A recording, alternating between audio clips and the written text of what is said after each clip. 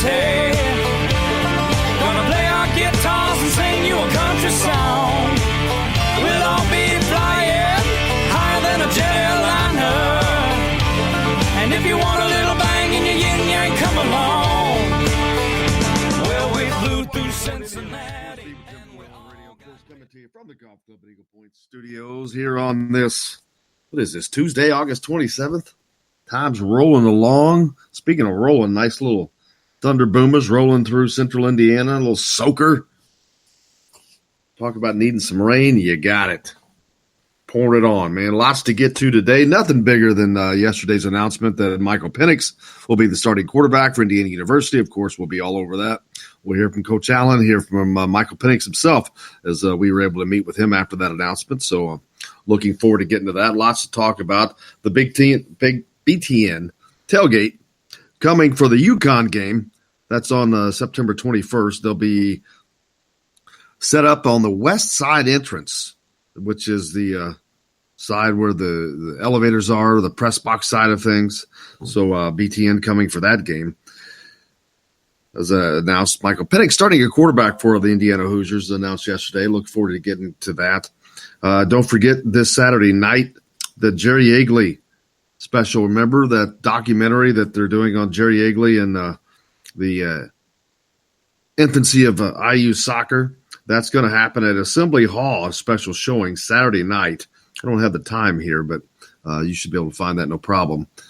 Hopefully we can get back from the Ball State game up in Indianapolis, which is a noon game on CBS Sports Network. But that's going to be tight. Don't know if I'm going to be able to make it back in time for that. IU basketball has got some promotions and additions that they have made. Where is that? Let's see. Drew Gladstone in his third season with the Indiana men's basketball program, first as a team and recruiting analyst. He's been moved to that position.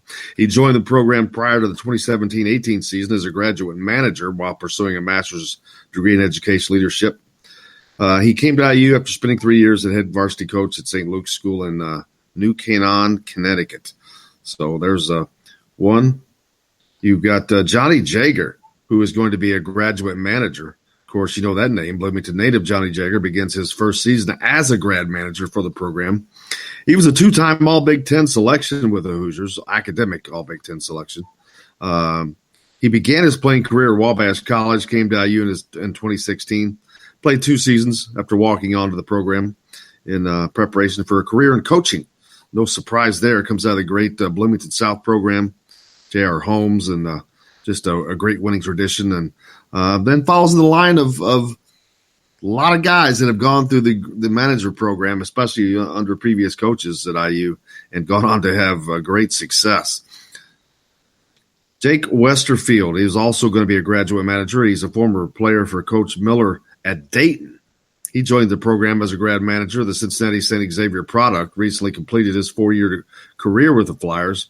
He was a member of the NABC Honors Court this past season and on the Dean's List, member of the Flyers Student Athlete Advisory Committee. And then finally, Steven Surface, he's been moved to senior staff assistant. He's been promoted to that position after having served as an admin intern for the program since 2017. So there's four names that you may want to get to know. Before I forget, for you listeners down in Evansville Christian took a loss to Madisonville North Hopkins in soccer yesterday, women and girls soccer.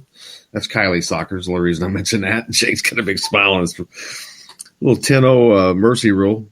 Evansville Christian just getting up and going, though, so they're just taking their lumps right now.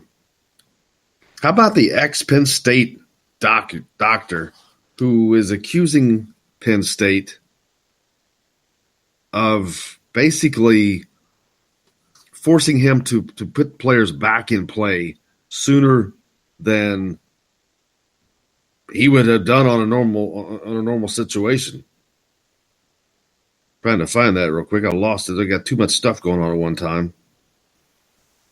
But I forget the doctor's name. But basically, he's saying that the coaches, this is against the coach and the athletic director, but it's mainly James Franklin, the coach, pressured him to allow student athletes back into playing when they weren't quite ready to do that, which is a serious allegation. It's kind of similar to the issues that followed Kevin Wilson around when he was here. Similar. It's a Penn State team doctor. Athletic director for Penn State is Sandy Barber. This doctor claims he was ousted after complaining to school officials about being pressured to clear players to return from injuries. The lawsuit filed Friday by Dr. Scott Lynch in Dauphin County was first reported by Penn Live. Lynch was removed from his position as director of athletic medicine in March and replaced by another doctor who previously held the position until 2013. Lynch is seeking $50,000 in damages. That's not a lot.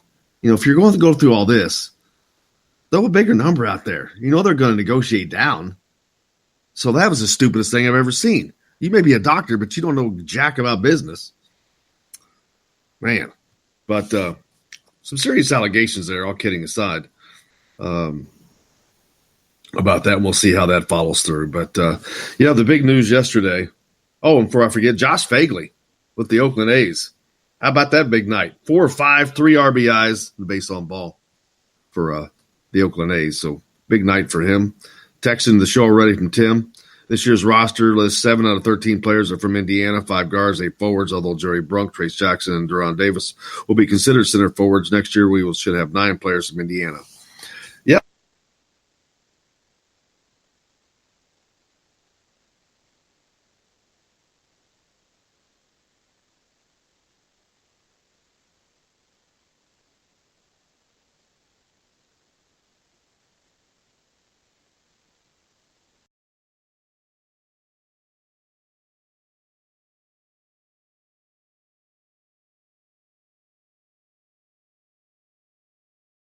Sure.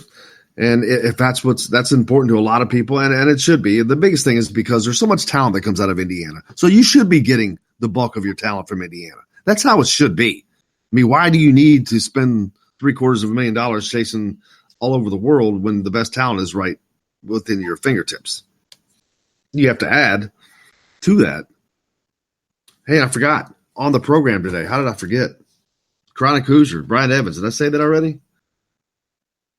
Good, Jake. Thanks.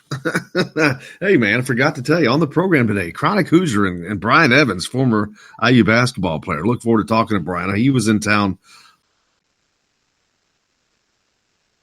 for the Oladipo fantasy camp over the weekend, so looking forward to talking to Brian. He's always a great guest. And, of course, Chronic Hoosier. That's enough said, Chronic Hoosier. So looking forward to talking with both those guys in the next hour.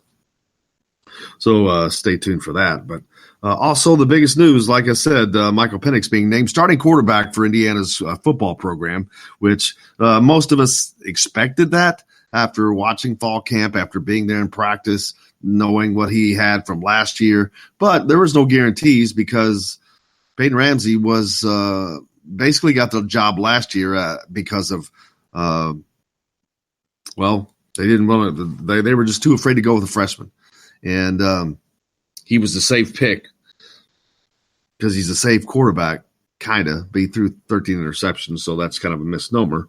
But anyway, Michael Penix offers them the ability, like I've said it on here for numerous times, so you know my position on Michael Penix. Glad to see he's going to get that opportunity, but more importantly, glad to see that Indiana is going to get that opportunity. But let's hear what Coach Allen had to say in his opening remarks from his press conference before he announced Michael Penix. All right. Good morning. Exciting time of the year. Can't wait for this week. Been looking forward to it for a long time. And really anxious to get the season started. And I know we've talked after each practices and throughout the process, but game week's finally here and really looking forward to this one. A lot of hard work has gone into it since the last time we played, and a lot of just trying to get this program where we want it to be. So really, really encouraged by the response of our players and the way we've been able to grow together.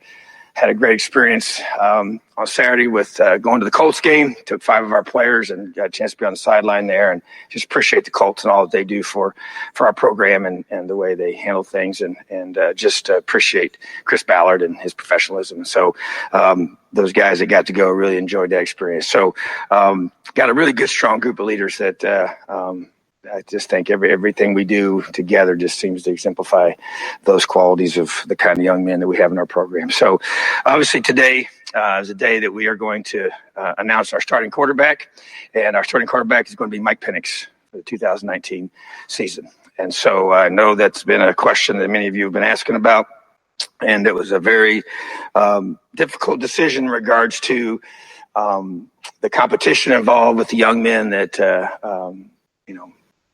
Jack Tuttle and Peyton's an awesome kid. He's one of the finest young men I've ever been around, and so much respect for him. And that was a hard conversation, but I love each one of them, and that doesn't change. None of that has anything to do with it. But those are tough decisions that have to be made by head coaches. And so it wasn't what Peyton didn't do. It was more of what I believe Mike can be. And so we let these guys compete. And it was as we said all along, it was very close. We made a decision early last week, and so I could get the proper reps. And I'm excited about the future of our program. Peyton understands his role, and the way he handles that and responds to that is critical. And he and I have had a good heart-to-heart about that, and I know it's hard. I don't diminish that whatsoever. But he's had an awesome attitude about it since outwardly, and he's a competitor and wants to be the guy, but he will be ready at a moment's notice and accept that role and do an awesome job in that. And, as we all know, a lot of things happen throughout the season, and we're going to need all these guys. We're going to need Jack to fulfill his role, and he's got a bright future. He's got a lot of talent. And so really appreciate the way they competed together and the bonds they built and the way they've responded to the situation. And now we're all behind Mike as our starting quarterback, and looking forward to see him take off and lead this football team. Questions? There was Coach Tom Allen announcing that they have selected Michael Penix to be the starting quarterback for Indiana's season upcoming, and he's the starter. There's no, we're going to put him in and see how it goes kind of a deal. He's the starter. Make no mistake. There's not going to be this rotating in of quarterbacks. It's Michael Penix. He's the starter, as he should be. I was bullish on this offense already, and that was with me anticipating Michael Penix a quarterback. Now, knowing that he's going to be a quarterback, I think this offense could do some special things along with Kalen DeBoer, because that's what he's done everywhere he's been, special things. They've got to do it on the defensive side as well, but I know that people say I believe it when I see it, and I understand, because I talked to Dustin Schutte yesterday with the Saturday Tradition, put out his Big Ten power rankings, and it had Indiana 10th, which is as good as anybody else has them. That's behind the Big Four, in the Big Ten East, and whoever the selected Big Four of the Big Ten West is. But ironically, I think Indiana was ahead of Purdue, which after the success they've had, again, shows you what Tom Allen has done. Behind two teams in that power rankings that I'm going to move them in front of, one of which is Nebraska, or one of which is Northwestern, which Indiana will play at home. I think Indiana wins that game. They also have Nebraska in front of them, and they have to go to Lincoln. Now, saying I think they win that game, that's going out on a limb, and I'm going to hold off until we get closer to that game. But I am not saying that's not a very, very distinct possibility. That's going to be a rough environment for them. Of course, they've been in rough environments. They play at Ohio State. They play at Michigan. So it doesn't get any tougher than that. At Penn State, it doesn't get any tougher than that. If this team can keep its mind, well, we'll wait till we get there. That's a long way down the road. A lot of games into the season. But I think this team is going to do some things that surprises people. Now, I'm not saying they're going to win 10 games. They're not going to the Rose Bowl. But they don't have to do that to have a very successful season.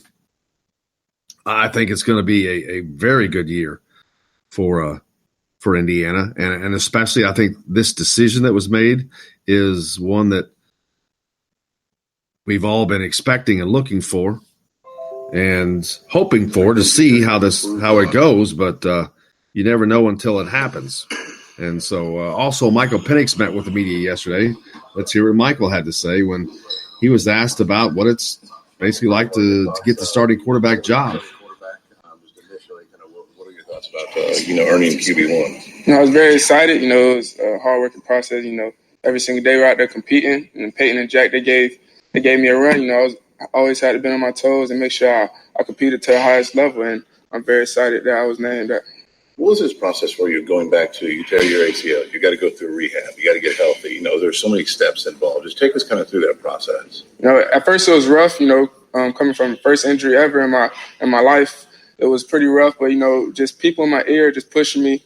I overcame it. Pushed every single day to get back to 100%, and I just continued to work extremely hard to make sure that I got to where I wanted to be. What were the key things Coach Allen told you as far as that? What put you over the top?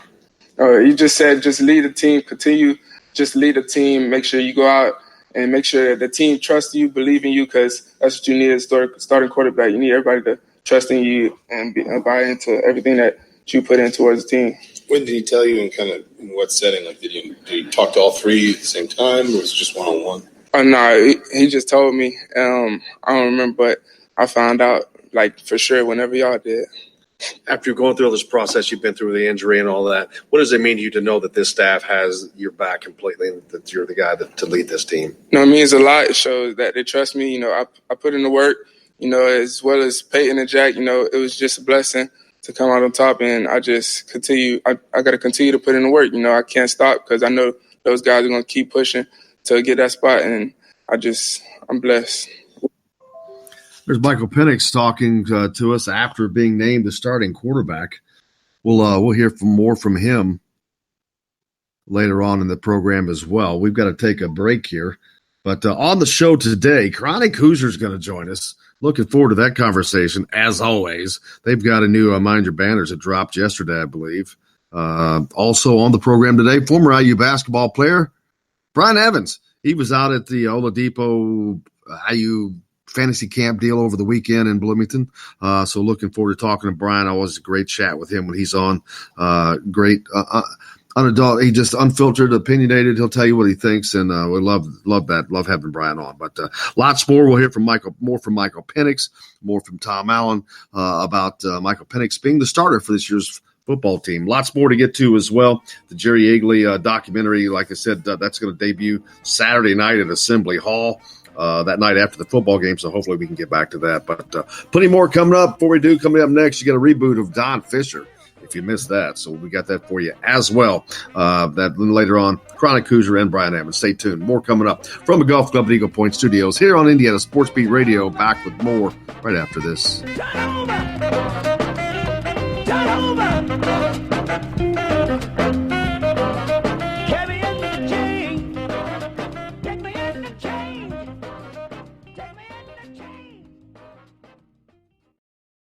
Hello, everybody. Jim Coyle from Indiana Sports Beat. When I'm not covering the Hoosiers, you can find me at Bubba's 33 in Clarksville, located on the northeast corner of I-65 at Veterans Parkway. Bubba's 33 has hand-tossed pizzas, bold burgers, and ice-cold beer from a select list of local craft brewers. An incredible food selection, all made fresh daily. Whether you're meeting the team for that post-win meal in the family dining area or meeting friends for happy hour to watch the game on one of Bubba's 50 TVs. Bubba's 33 in Clarksville. Pizza, burgers, beer. We all want a winning smile for those championship photos, and that's exactly what you will get at Reynolds Family Dentistry in Sellersburg. Reynolds Family Dentistry has been serving the dental needs of Hoosier families for over 30 years. Let Doctors Roger and Jay Reynolds take care of your family. Just off of I-65 at 809 South Indiana Avenue in Sellersburg. Call 812-246-3368. That's Reynolds Family Dentistry, 812-246-3368.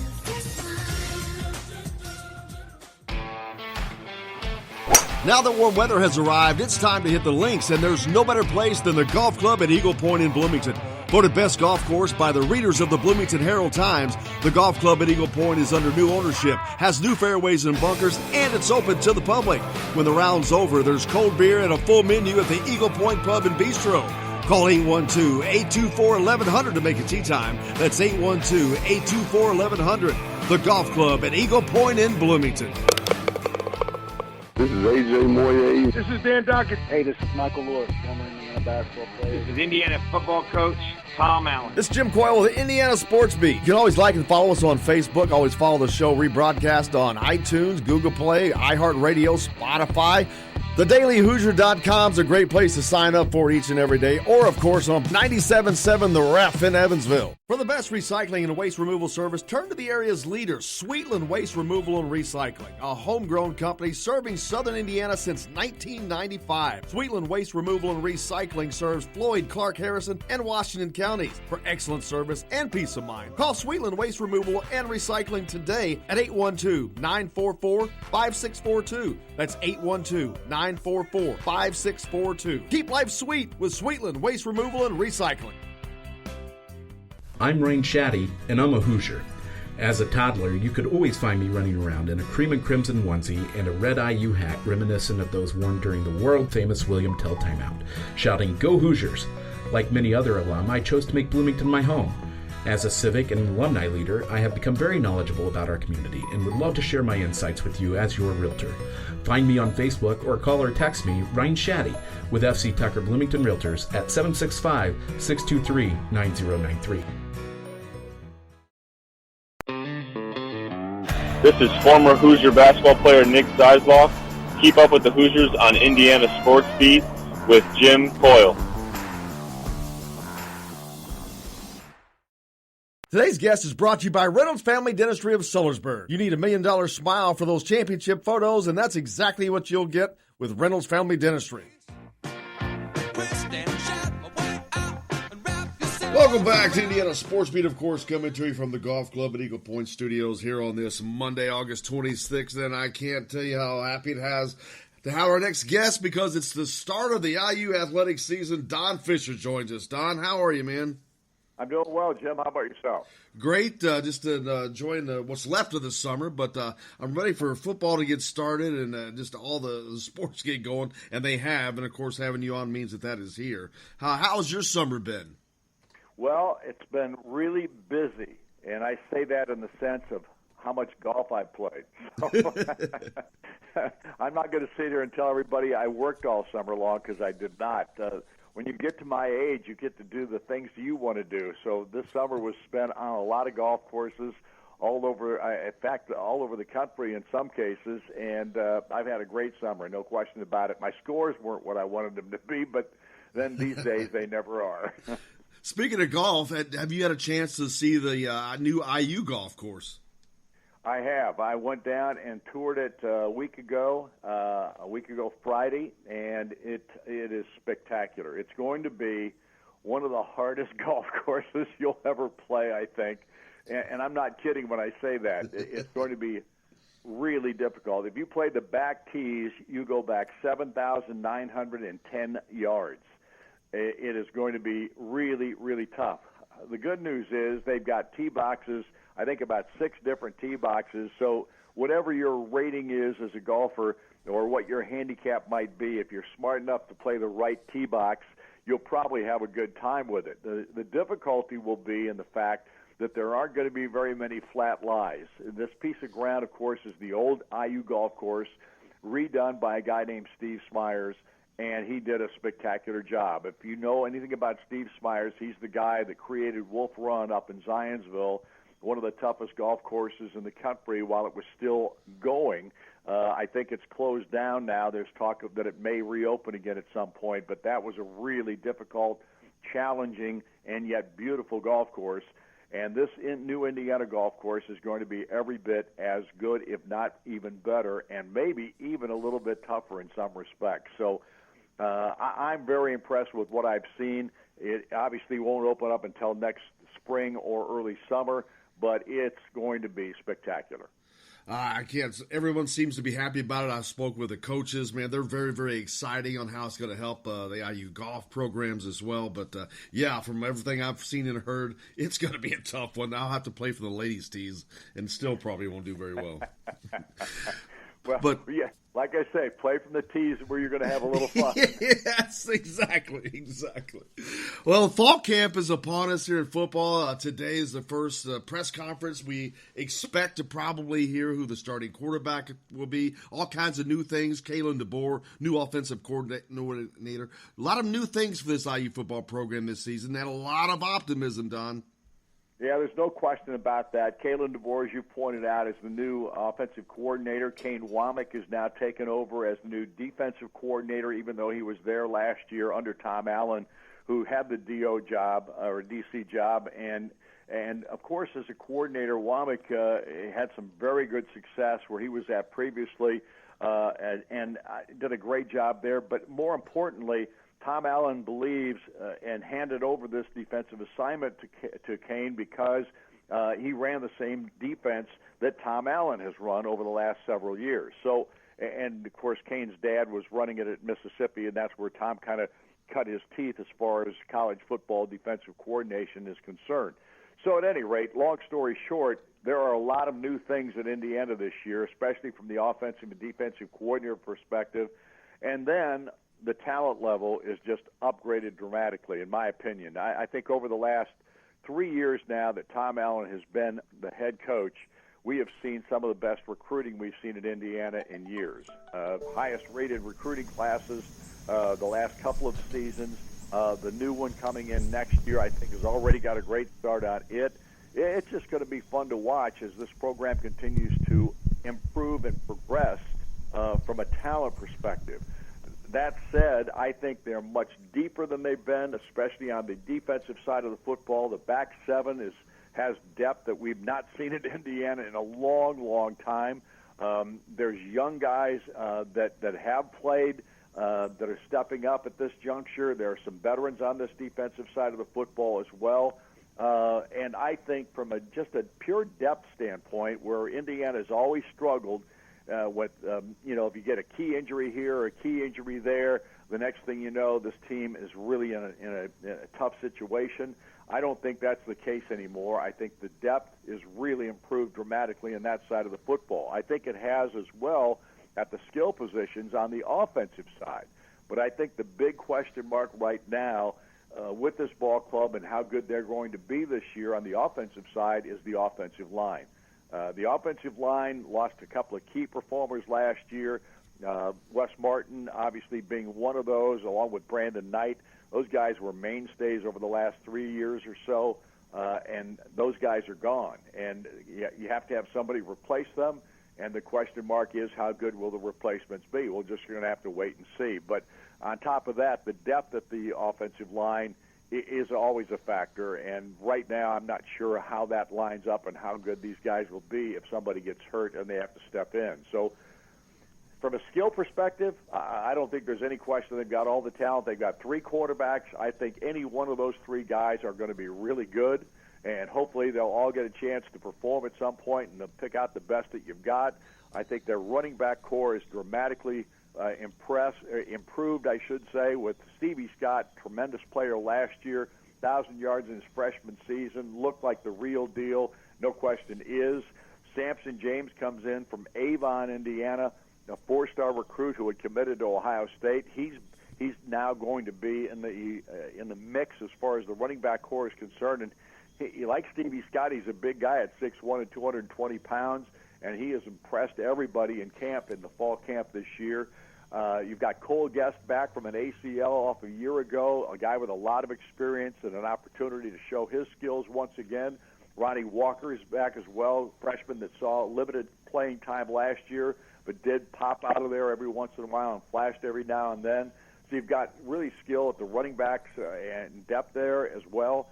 And the tight ends and the wide receivers, I don't think there's any question. They've got three really good tight ends, and they've got five for sure, wide receivers that are really impressive as well. And they're, of course, led by Nick Westbrook and Donovan Hale. So And Watt Fillier's back from last year after sitting out most of the season with an injury as well. So I think this is a football team that has an opportunity to really do some special things this year and maybe pull off a couple of upsets and get themselves back to a bowl. I agree. I've been saying it all fall. I try to be as middle of the road as I can, but it's hard to not have a lot of high optimism from this team when you look at all the things that you just pointed out. On the offensive side, they're loaded. They're so deep at each position. They're not just deep, they're really good. Like you pointed out, at quarterback, I think they're going to eventually go with Michael Penix, but it doesn't matter because they've got three good ones in there. At running back, that may be the best in the Big Ten without question there. Stevie Scott had an unbelievable breakout season last year, unexpected breakout season, and he's surrounded with a lot of talent. So it could be just a spectacular year. And as always, as you pointed out as correctly as well, the offensive line is the linchpin. On the defensive side, they also are very, very strong on the secondary side, and I guess everything comes back down to the line on that side of the ball for IU as well. There's no question, and that's the one area we didn't touch on, but the defensive line, and here's what I will say about the defensive line. I think Mark Hagan has done as good a job as any coach in the country at his position dealing with the talent level that he has had at those spots. I mean, the front four last year, they weren't dramatically talented, but they were workmanlike. They were journeyman-type guys who came in there and tried to do their job to the best of their ability. And, of course, he uses 8, 9, 10 different guys in those four line positions. And the one thing we haven't seen yet that we really need to see more of is more pressure on quarterbacks. And that was a question mark last year, and even though they got it from a group of guys, it was not as good as you expect it to be or should be in putting pressure on a guy on quarterbacks, because those are the guys that you've got to be able to harass a little bit, get them uncomfortable.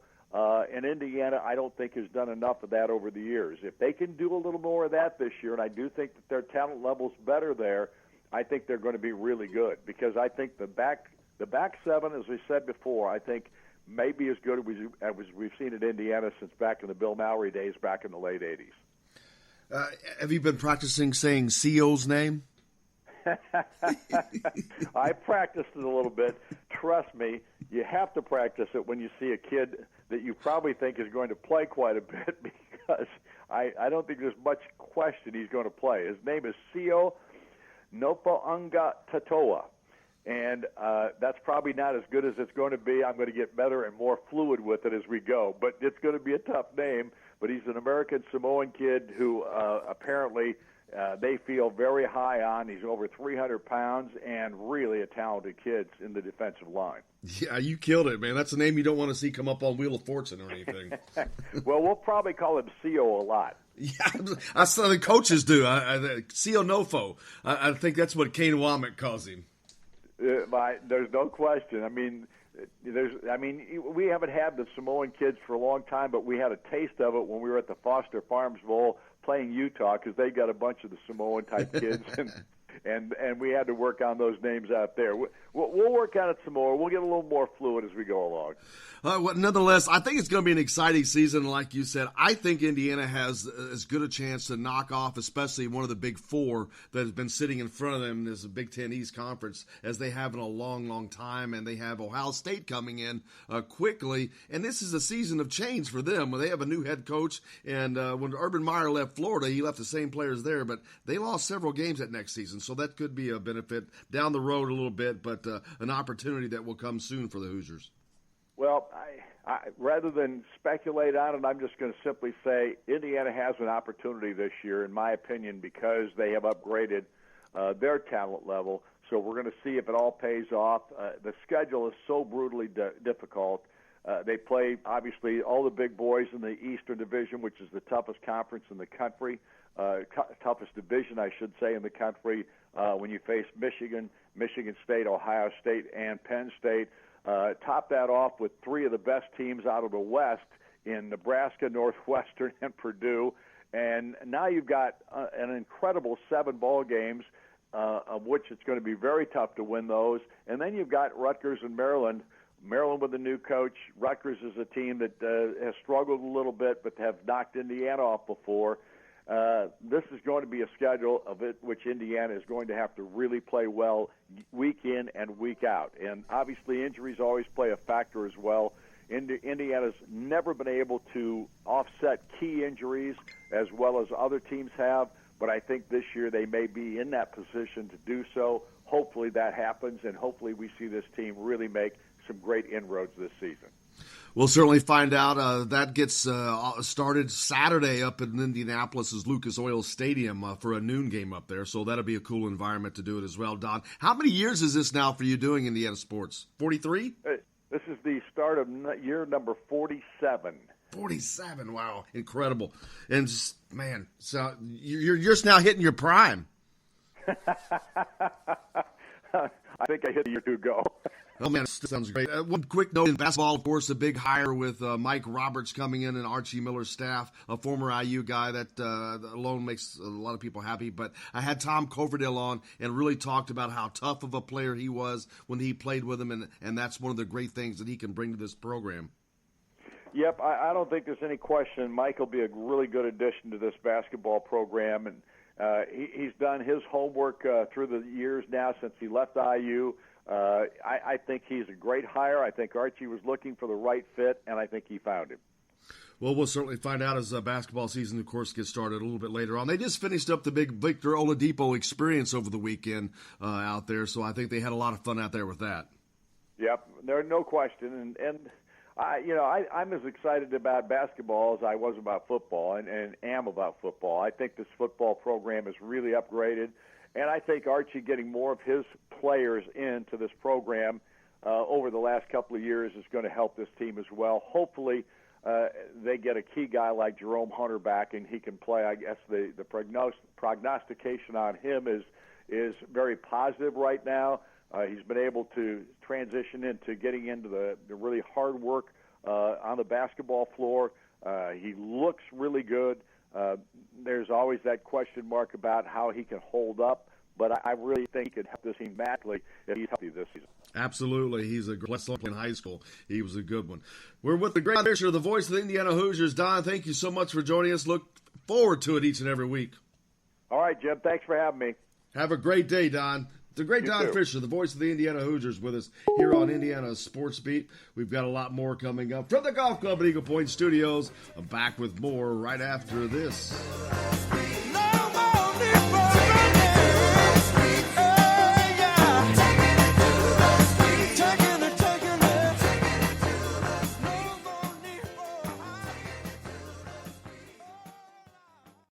Hello, everybody. Jim Coyle from Indiana Sports Beat. When I'm not covering the Hoosiers, you can find me at Bubba's 33 in Clarksville, located on the northeast corner of I-65 at Veterans Parkway.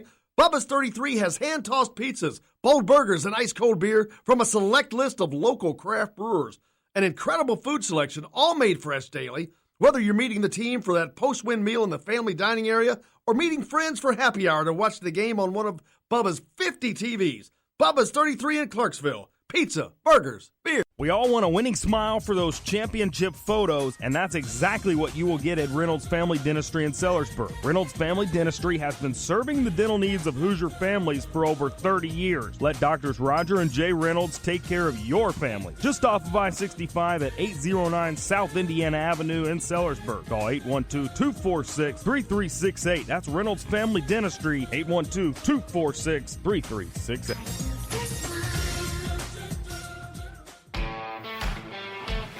Now that warm weather has arrived, it's time to hit the links, and there's no better place than the Golf Club at Eagle Point in Bloomington. Voted best golf course by the readers of the Bloomington Herald-Times, the Golf Club at Eagle Point is under new ownership, has new fairways and bunkers, and it's open to the public. When the round's over, there's cold beer and a full menu at the Eagle Point Pub and Bistro. Call 812-824-1100 to make a tee time. That's 812-824-1100. The Golf Club at Eagle Point in Bloomington. This is AJ Moye. This is Dan Dockett. Hey, this is Michael Lord, former Indiana basketball player. This is Indiana football coach Tom Allen. This is Jim Coyle with the Indiana Sports Beat. You can always like and follow us on Facebook. Always follow the show rebroadcast on iTunes, Google Play, iHeartRadio, Spotify. TheDailyHoosier.com is a great place to sign up for each and every day, or, of course, on 97.7 The Ref in Evansville. For the best recycling and waste removal service, turn to the area's leader, Sweetland Waste Removal and Recycling, a homegrown company serving southern Indiana since 1995. Sweetland Waste Removal and Recycling serves Floyd, Clark, Harrison, and Washington counties. For excellent service and peace of mind, call Sweetland Waste Removal and Recycling today at 812-944-5642. That's 812-944-5642. Keep life sweet with Sweetland Waste Removal and Recycling. I'm Rain Shaddy, and I'm a Hoosier. As a toddler, you could always find me running around in a cream and crimson onesie and a red IU hat reminiscent of those worn during the world-famous William Tell timeout, shouting, "Go Hoosiers!" Like many other alum, I chose to make Bloomington my home. As a civic and alumni leader, I have become very knowledgeable about our community and would love to share my insights with you as your realtor. Find me on Facebook or call or text me, Ryan Shaddy, with FC Tucker Bloomington Realtors at 765-623-9093. This is James Blackman Jr., former Indiana Hoosier. Make sure you're keeping up with the Hoosiers on Indiana Sports Beat.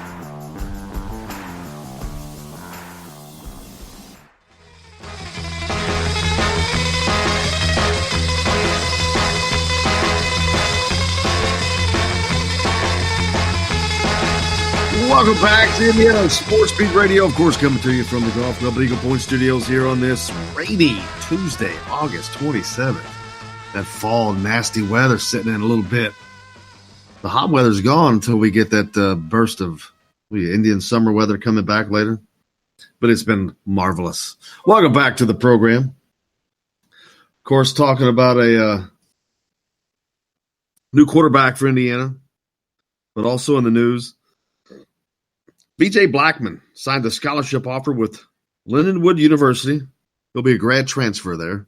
Kind of an odd situation. He left, came back, leaving again. So I wish him the best. Maybe an educational move. Who knows? But best of luck to VJ. Hope he does well. But the big news that we've been talking about, of course, is Michael Penix is going to be the starting quarterback for Indiana's football team this Saturday. Kick off things at Lucas Oil Stadium on a noon game, CBS Sports Network against the Ball State Cardinals. Looking forward to seeing this offense click on its own, play as somebody besides themselves. I know they're looking forward to that in a major way. You're not going to see it. They're not going to show all the tricks, of course, in the next 2 weeks because Ohio State comes calling pretty quickly. I mean, this season gets serious real fast when the Buckeyes roll into Bloomington on October 14th, I believe. So just the third game in, Indiana's got to be ready. What's that? What did I say, October? Yeah, September 14th is what I meant. Same weekend that they're getting a visit from Caleb Love, I believe.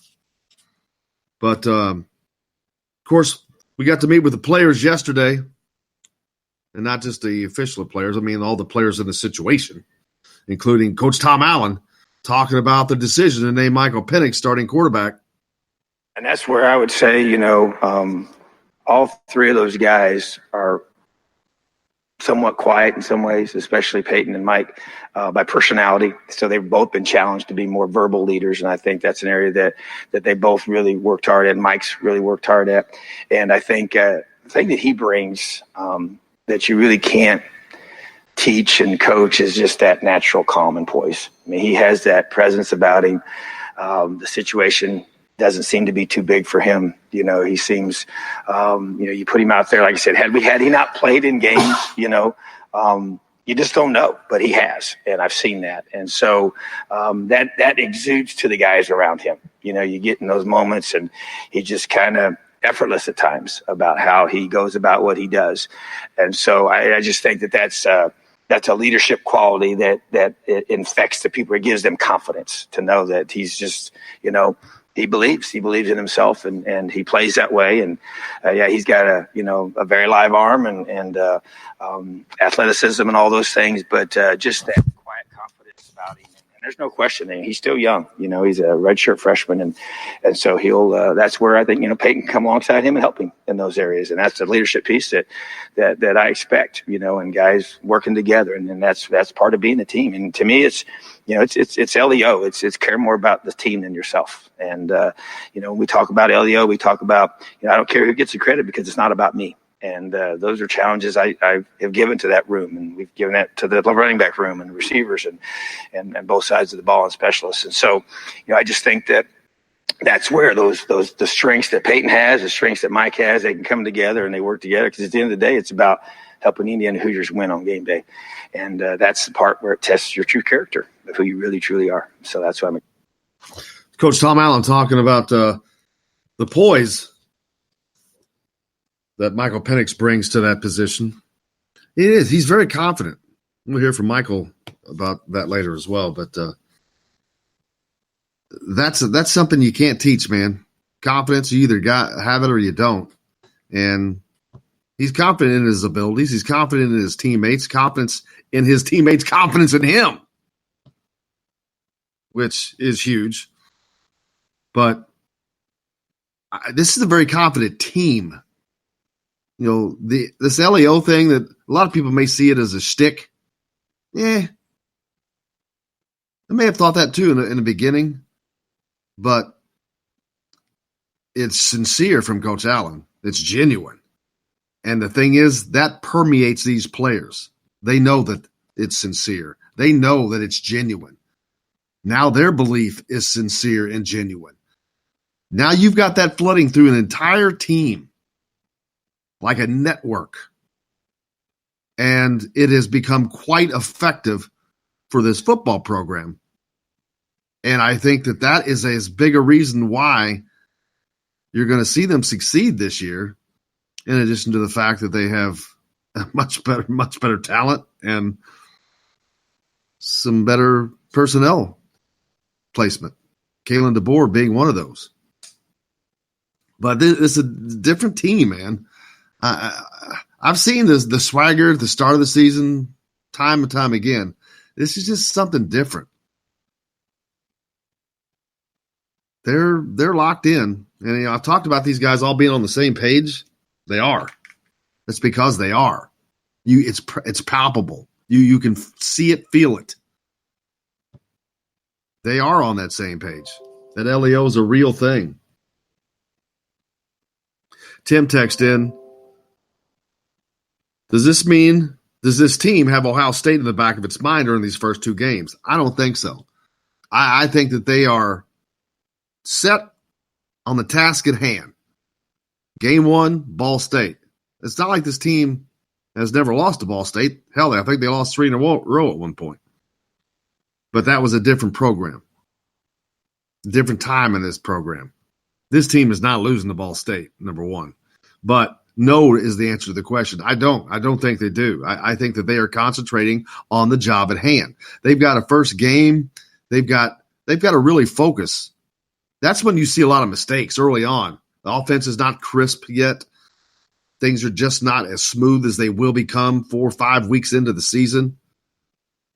This comes with more practice. You have to remember, these guys have only been at it for a month, which sounds like a long time, but it's not when you have to be precise. Trust me, you're going to see a difference in this team 2 months from now than you do right now. They're going to become naturally better, of course. Well, that's a reason, because you've got more time doing this. 1 month in is not a lot of time, because during that 1 month, you're not just practicing the plays and whatnot. They've got to find out what personnel is going to fit where. So it takes a while for that to manifest itself. So they've truly not had – Michael Penix has not been the number one quarterback all fall during that entire month of camp. So he didn't get 1 full month of being the number one quarterback. So the offense will naturally become better as the season progresses, because he has been taking those number one snaps solidly for at least a week now. But it's like Jerry DiNardo said way back when they visited, it would have been nicer to know at the start, because that way your guy's doing the number one snaps from the start. That's okay. It's not an issue. I'm just saying, I'm pointing out why they're going to become better, obviously. But it also is my answer. That's why the answer to that question is no, absolutely not. I don't think that they're looking ahead. I think that they're looking right where they need to because they want to get better to be ready for that game. But to get there, they got to focus on the task at hand, and I believe they're doing it. Another text into the show. Penix kind of reminds me a little bit of like Lamar Jackson, hearing him talk with his excitement and confidence. Never thought of it that way, but man, well, good golly, if he could put up those kind of video game numbers, wow. Lamar Jackson hid a wealth of problems at the University of Louisville and what Bobby Petrino had let dissolve. It's never more evident than the first season after he left. They've been abysmal ever since. That shows you how much he did that single-handedly. If that's something that Michael Penix could replicate, whew, I don't need to say a lot. Lamar Jackson won the Heisman Trophy. That tells you all you need to know. Basically single-handedly almost. That's how dynamic that guy was. Now, I think that Michael Penix is going to be a little more contained. Because he has so many more weapons around him, he doesn't have to do that. He doesn't have to be a one-man show. He's got the best running backs room around him in the conference. He's got potentially the best receiving core in the conference around him. So he doesn't have to do everything. But yeah, the fact in that he can very well do it and do it very well is going to make this a dangerous offense. Dude can throw the ball on a rope. That's important. Hitting into double coverage. He can throw it downfield successfully. That is very important for stretching the defense. Hitting it back out of the backfield, hitting the tight end, using the running back, Stevie Scott.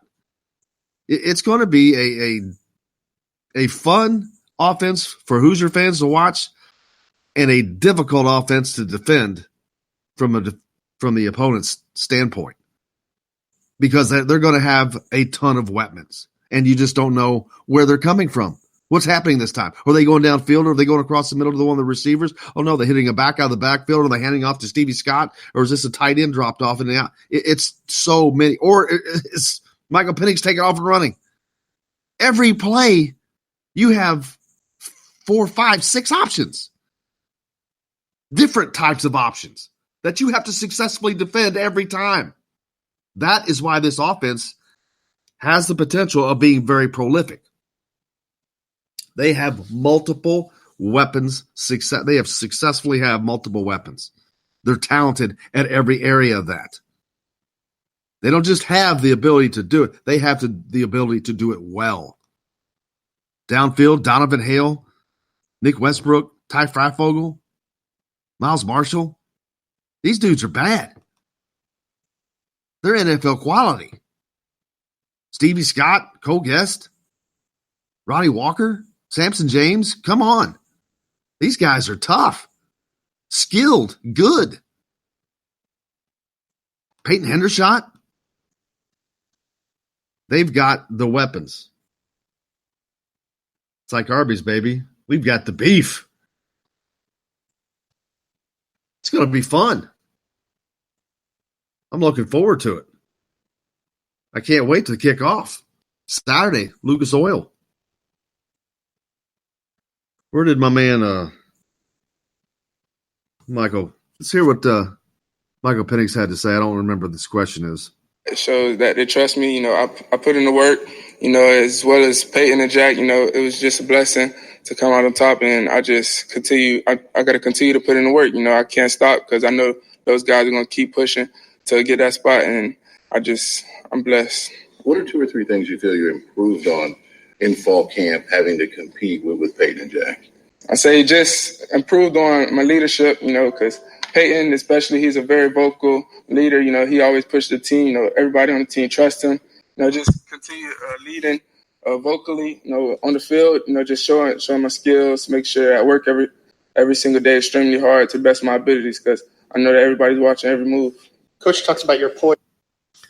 Michael Penix talking more about what he's improved on, what it meant to him that this coaching staff has his back, that they have the confidence in him, that he's the guy. And he is the guy. This is not a probationary period. This is not as long as he doesn't go out and throw a pick or kind of there's nothing like that. He's the quarterback. He is the starting quarterback. Peyton Ramsey is going to be a great backup, but more importantly, Peyton Ramsey is going to be invaluable in helping Michael Penix in seeing things from the sideline that Michael Penix can't see, because I think that's where Peyton Ramsey will ultimately end up one of these days. He's going to be a coach. He's not going to play in the NFL,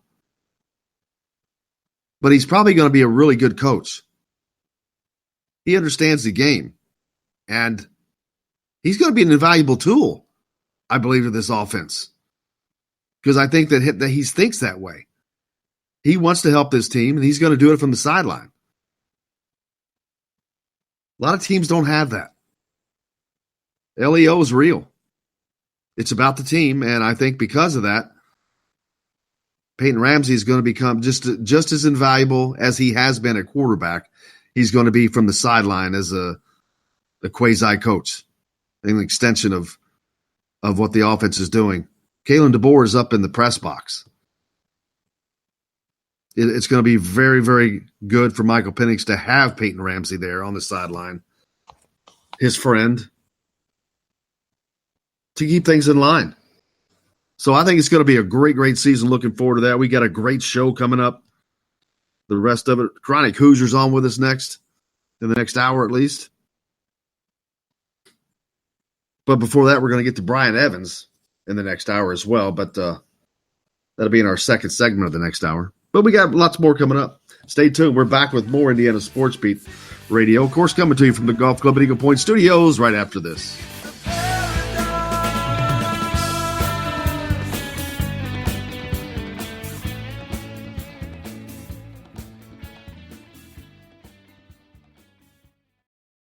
Hello, everybody. Jim Coyle from Indiana Sports Beat. When I'm not covering the Hoosiers, you can find me at Bubba's 33 in Clarksville, located on the northeast corner of I-65 at Veterans Parkway. Bubba's 33 has hand-tossed pizzas, bold burgers, and ice-cold beer from a select list of local craft brewers. An incredible food selection, all made fresh daily. Whether you're meeting the team for that post-win meal in the family dining area or meeting friends for happy hour to watch the game on one of Bubba's 50 TVs. Bubba's 33 in Clarksville. Pizza, burgers, beer. We all want a winning smile for those championship photos, and that's exactly what you will get at Reynolds Family Dentistry in Sellersburg. Reynolds Family Dentistry has been serving the dental needs of Hoosier families for over 30 years. Let Doctors Roger and Jay Reynolds take care of your family. Just off of I-65 at 809 South Indiana Avenue in Sellersburg. Call 812-246-3368. That's Reynolds Family Dentistry, 812-246-3368.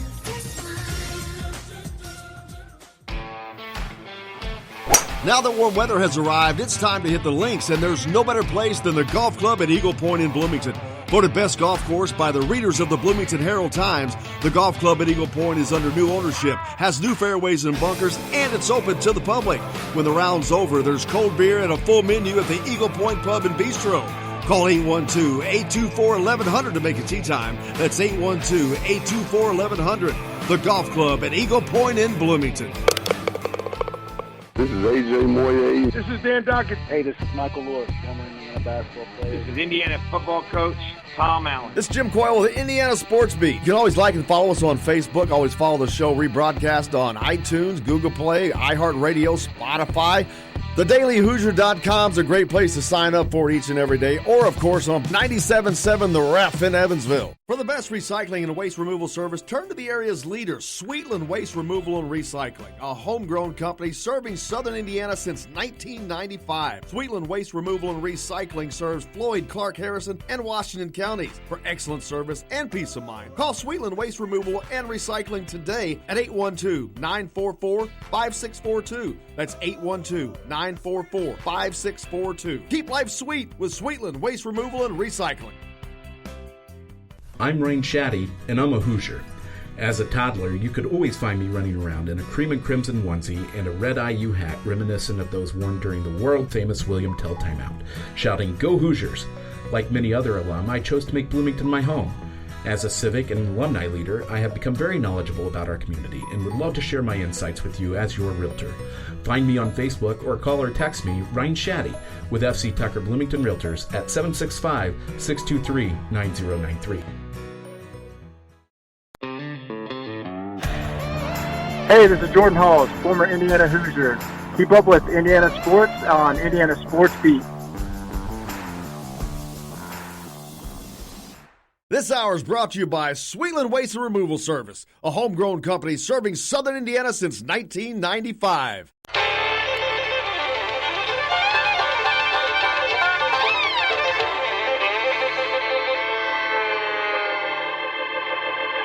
Well, we're coming to your city.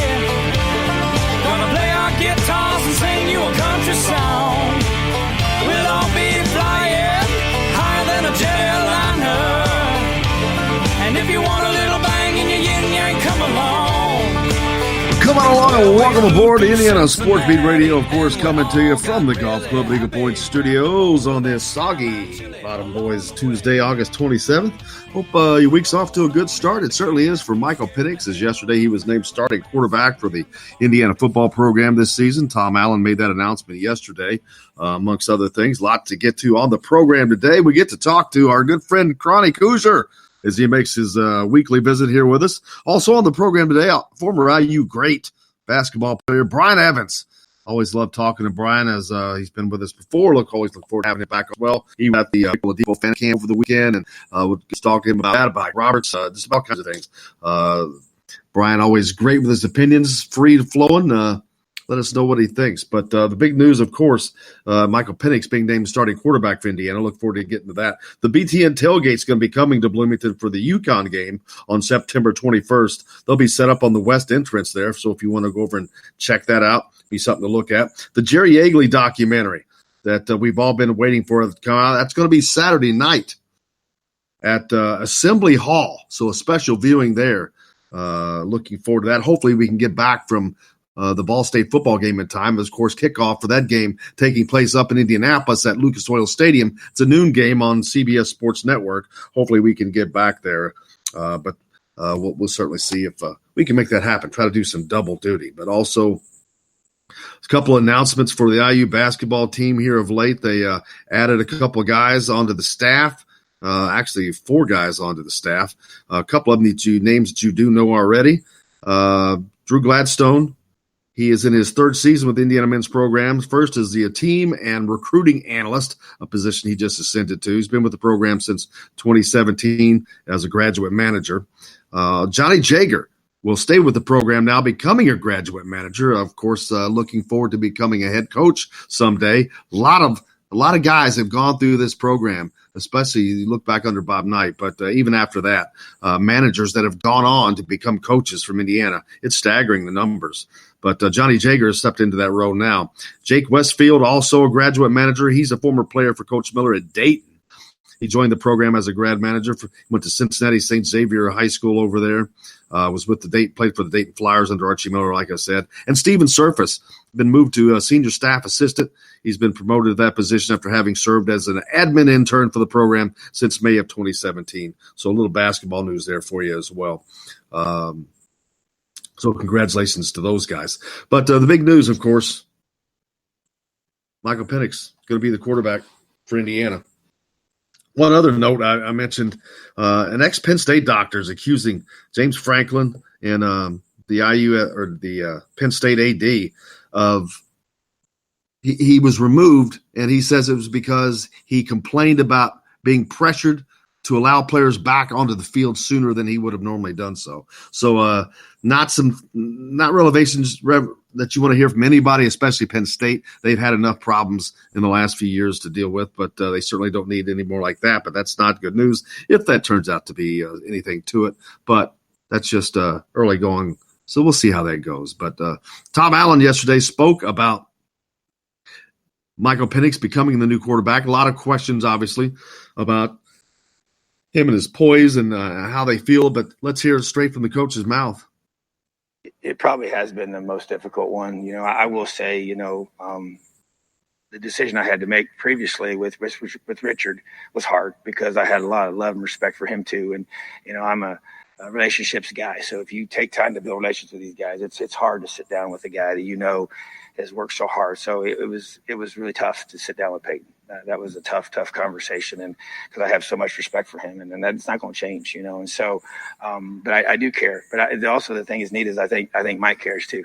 He cares what Peyton thinks, and he wants him, supporting him behind him, and he's got a great heart too, And so I think that's a neat quality for Mike and for Peyton to have towards each other, and I think Peyton cared about Richard and what he was going through. So I just think there's some high character, high quality guys that we're dealing with, so it makes it hard, when you dive into this and how hard these guys work and what they sacrifice to do what they do and help our team be successful. So yeah, it made it really, really difficult from that perspective.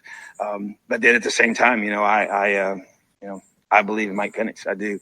And I think he has, a lot of talent for sure, and he's got to go out and realize it on the field and just keep growing and developing. And I expect him to, and I think we've got a lot of weapons around him, and I think those guys, they see it too. They see it. They're the same practice I'm at, and running backs and receivers and linemen, and that's the thing that's so unique about this is that they all would say, man, hey, we have so much respect. We love these guys, and we believe in them, and they know, hey, they told me, Coach, whoever you think is best, we're going to play hard for them, and we'll just follow your lead. And so it's just, I think that we've got guys, and I told this to Mike. I said, Mike, you just got to go be you. You don't have to be Superman. Just go be you. Just play football. Distribute the football to the guys around you. You got a talented receiver core. You got a talented running back core. You got big, strong offensive linemen in front of you, and you just play the game. Just play the game, baby. Just win, baby. But yeah, that's Tom Allen talking about Michael Penix being named starting quarterback. Great congratulations to him. But also, talking to Michael Penix yesterday, one of the things that Coach mentioned in another clip that we played was the poise and confidence that Michael Penix plays with, and he does. He does not play like a freshman. And let's hear what Michael had to say. I know just from maturity, just being in the film room every single day, working hard, making sure I know my right reads, knowing all the plays, knowing everybody's position, and just making sure that I'm always on point. What month would you say you felt totally healthy? Probably the month of June. It was June. I felt real good. Coach Allen said you actually took a hit in practice recently. It might have been good for you. Yeah, I feel like it was good for me, because in practice quarterbacks don't really get hit. But, that just showed me that I'm ready and I just don't have anything to worry about. I just need to go out and play. How'd that happen? Who was it? As Michael Penix, just go out and play, baby. So it's a pretty simple deal. But looking forward to this Indiana football team. Like we talked a lot about that, but that's the story on that deal. And Michael Penix is going to be the guy when they kick it off at Ball State up in Lucas Oil Stadium at noon next Saturday. Looking forward to that clash. Jake, I know we got to get out of here. What time's the break? We got to get out. All right, 2 more minutes. But on the program today, looking forward to having a great conversation with Bryant Evans, All-American, 11-year veteran of the NBA. Recently inducted into the Indiana Hall of Fame. Brian's been with us before, but I always look forward to having Brian on. A great conversation whenever he comes on. And, of course, Chronic Hoosier takes his normal position here on Tuesdays. It flows with Chronic. We're able to talk about each and everything because he's up on it, man. I know that they just dropped a new their initial season opener of Mind Your Banners. I think that hit yesterday. So got a lot going for us. So looking forward to that. Josh Fegley, before I forget, former Indiana baseball player with the Oakland Athletics right now. Great night for him last night. 4 for 5, 3 RBIs, and a walk. Man, that's a nice night. A lot of IU baseball players having really good seasons this year. Alex Dickerson, of course, doing it for the Giants. Kyle Schwarber, couldn't get it for the Cubs. I don't know how many homers he's hit now, but I think he's up to over 30 on the season. So another great season for him as well. But I think there's 5 former Hoosiers playing in the bigs right now total. So Congratulations on those guys. But we got a lot more coming up here on the program. Chronic Hoosier joins us. But coming up next, a great conversation. Let's talk to Brian Evans, former IU All-American, right here on Indiana Sports Beat Radio. Coming to you from the Golf Club at Eagle Point Studios. We're back with that right after this. 6 long years I've been in trouble. No pleasure here on earth I find.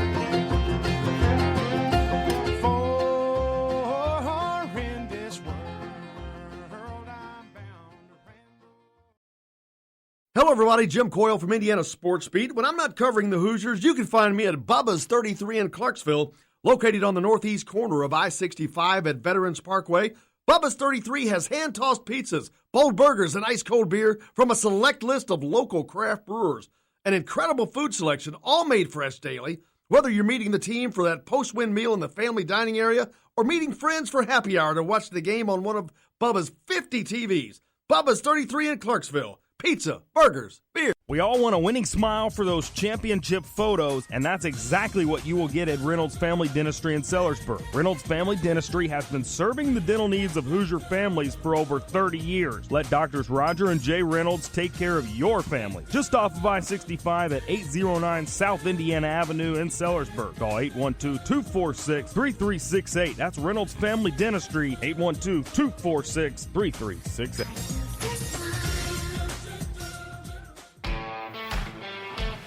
Now that warm weather has arrived, it's time to hit the links, and there's no better place than the golf club at Eagle Point in Bloomington. Voted best golf course by the readers of the Bloomington Herald-Times, the golf club at Eagle Point is under new ownership, has new fairways and bunkers, and it's open to the public. When the round's over, there's cold beer and a full menu at the Eagle Point Pub and Bistro. Call 812-824-1100 to make a tee time. That's 812-824-1100. The golf club at Eagle Point in Bloomington. This is AJ Moye. This is Dan Dockett. Hey, this is Michael Lord, former Indiana basketball player. This is Indiana football coach Tom Allen. This is Jim Coyle with the Indiana Sports Beat. You can always like and follow us on Facebook. Always follow the show rebroadcast on iTunes, Google Play, iHeartRadio, Spotify. TheDailyHoosier.com is a great place to sign up for each and every day, or, of course, on 97.7 The Ref in Evansville. For the best recycling and waste removal service, turn to the area's leader, Sweetland Waste Removal and Recycling, a homegrown company serving southern Indiana since 1995. Sweetland Waste Removal and Recycling serves Floyd, Clark, Harrison, and Washington counties. For excellent service and peace of mind, call Sweetland Waste Removal and Recycling today at 812-944-5642. That's 812-944-5642. Keep life sweet with Sweetland Waste Removal and Recycling. I'm Rain Shaddy, and I'm a Hoosier. As a toddler, you could always find me running around in a cream and crimson onesie and a red IU hat reminiscent of those worn during the world-famous William Tell timeout, shouting, "Go Hoosiers!" Like many other alum, I chose to make Bloomington my home. As a civic and alumni leader, I have become very knowledgeable about our community and would love to share my insights with you as your realtor. Find me on Facebook or call or text me, Ryan Shaddy, with FC Tucker Bloomington Realtors at 765-623-9093. This is former Hoosier basketball player Nick Zeisloff. Keep up with the Hoosiers on Indiana Sports Beat with Jim Coyle. Today's guest is brought to you by Reynolds Family Dentistry of Sellersburg. You need $1 million smile for those championship photos, and that's exactly what you'll get with Reynolds Family Dentistry.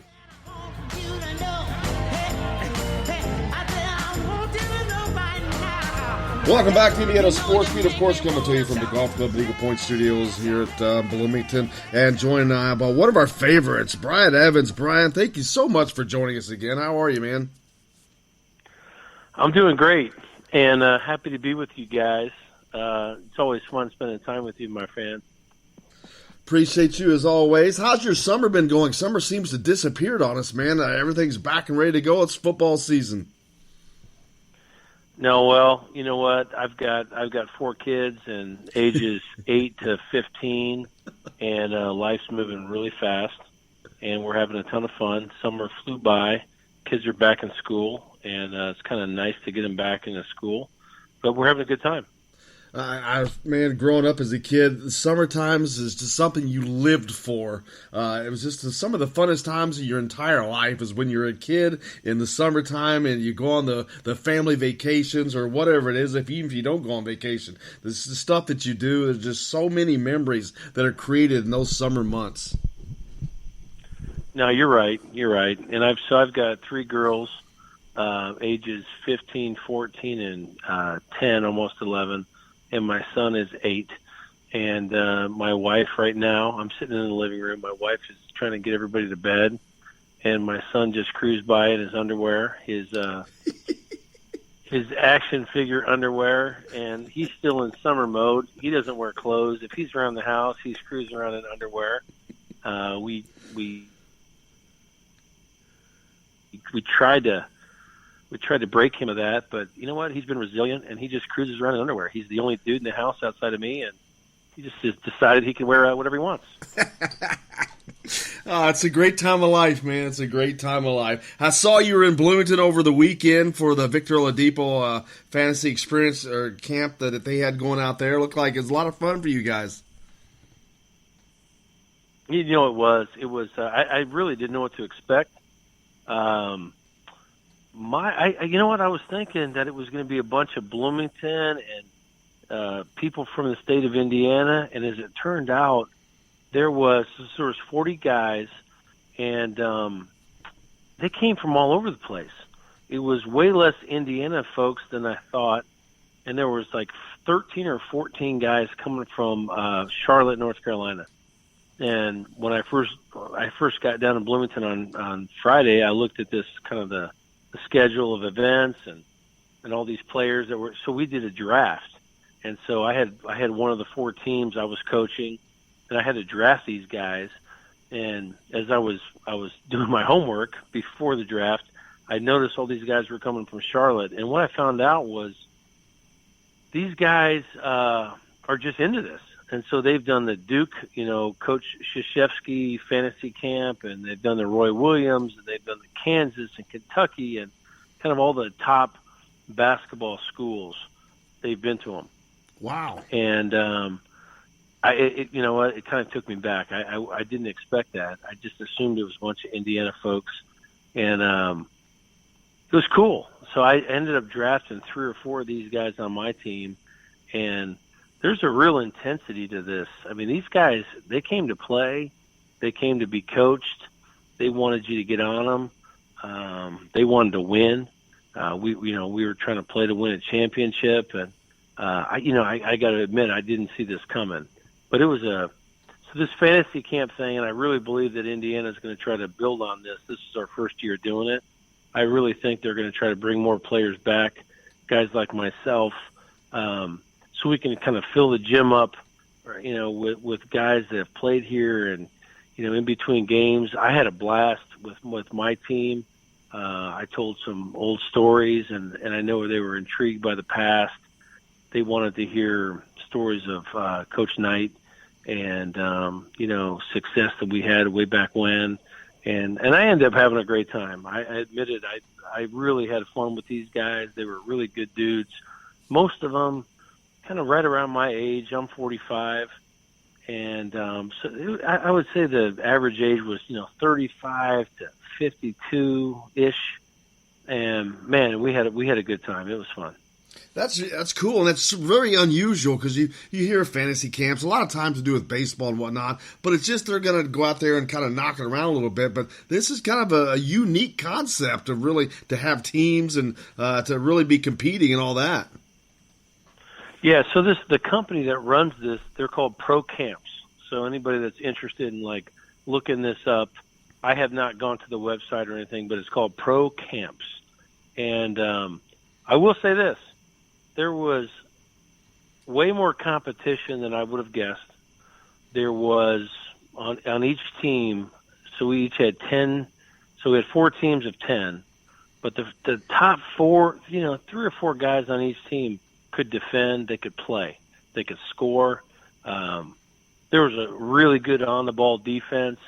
My top 3 or 4 guys, offensively were talented, and every team that we played, the top 3 or 4, guys in the other team guarding him were solid. I mean, it was good offense, good defense.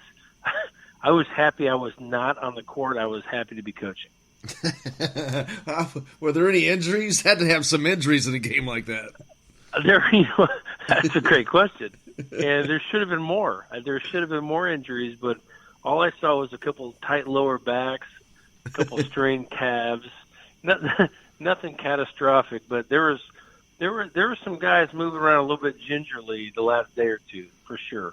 Dude, I remember the last time I played full court basketball, and I cannot imagine running up and down that court more than 3 times in a row. Well, here's what I remember. So I was so when I came in the gym, I came into Assembly Hall, one of my favorite places in the whole world, and it's so much fun to be back there, and to be back there with not in the middle of the winter, no game. They had the since the renovations, they've had these curtains open, and you could actually stand at the free throw line and look outside and look out to sunlight, almost like a field house. And I could not get enough of it. I stood there and I stood there and I stood there. I shot some free throws and I looked outside from the free throw line. I was like, gosh, this is just the best. The changes, and you got to give Fred Glass a ton of credit. It was just so cool to be standing in this place I've been so many times as a younger man, and to look outside from there was just so cool. The sunlight was shining in around noon on Friday, and then I turned and I looked the other direction. And I saw the other basket, and I got to tell you, man, I cannot believe how far it was away. It looks like it was so far. It was like a mile away, and I thought, how did I used to run from this end of the court to that end of the court? It just it blew my mind. I was like, I used to be able to run that far. It was crazy. What was it like standing on the free throw line and seeing it? Because when you played, can you imagine it being sunlight back in those days, or being able to see outside from Assembly Hall? It's something that you don't think about because it's always nighttime and it closed off and curtains and whatnot. But that's something I don't think anyone's ever thought about. Well, I did immediately. So I'd never seen it, and during the games they close these curtains, so you don't see it. It was bizarre for me to stand at the free throw line. You're looking to the south, and to see outside and to have sunlight coming in, it felt like a field house. It kind of felt like Hinkle. It was way, way different than anything I'd ever seen. But they've made so many great improvements. The facilities are not what they used to be. So, between Cook Hall, which is to me kind of hilarious, they're already renovating Cook Hall this summer. It's going under their first renovation. It's only been open for 10 years. To me, it feels like it opened, 2 years ago. They're already spending more money in there, making it more current. Assembly Hall, the locker rooms, they had to upgrade it. I understand that, but it is so good, and I don't understand how they don't they don't bring in the top talent in the country, because it is so nice. I was so impressed. I told Coach Miller, "Wow, you guys have really got top shelf facilities," because they really do. It is so nice. What do you think it's going to take him to get that top talent in? Well, he's getting it done. He's going to get it done. Archie has he's laser focused. He knows top talent, which is key. I think as fans, I was a huge fan of the program before I was lucky enough to play there, and now I've kind of slid back into my role of super fan that I'm really comfortable with. But he knows it. He knows that it all starts and stops with the state of Indiana. If you can own Indiana, you're going to be okay. After that, you got to go outside the state and maybe get 2 or 3 players, 2, 3, maybe 4 on your roster. But Coach Miller understands that better than anybody, and that's his focus. I spent some time with him this weekend, and he reiterated that is the focus on the state of Indiana. He goes, the talent is right here, and we got competition. We've got Butler, we've got Purdue, and, Coach Painter is doing a great job. We've got Notre Dame. So it's not a layup. You don't automatically get the best talent in the state because those guys are working their butts off to take that talent from us.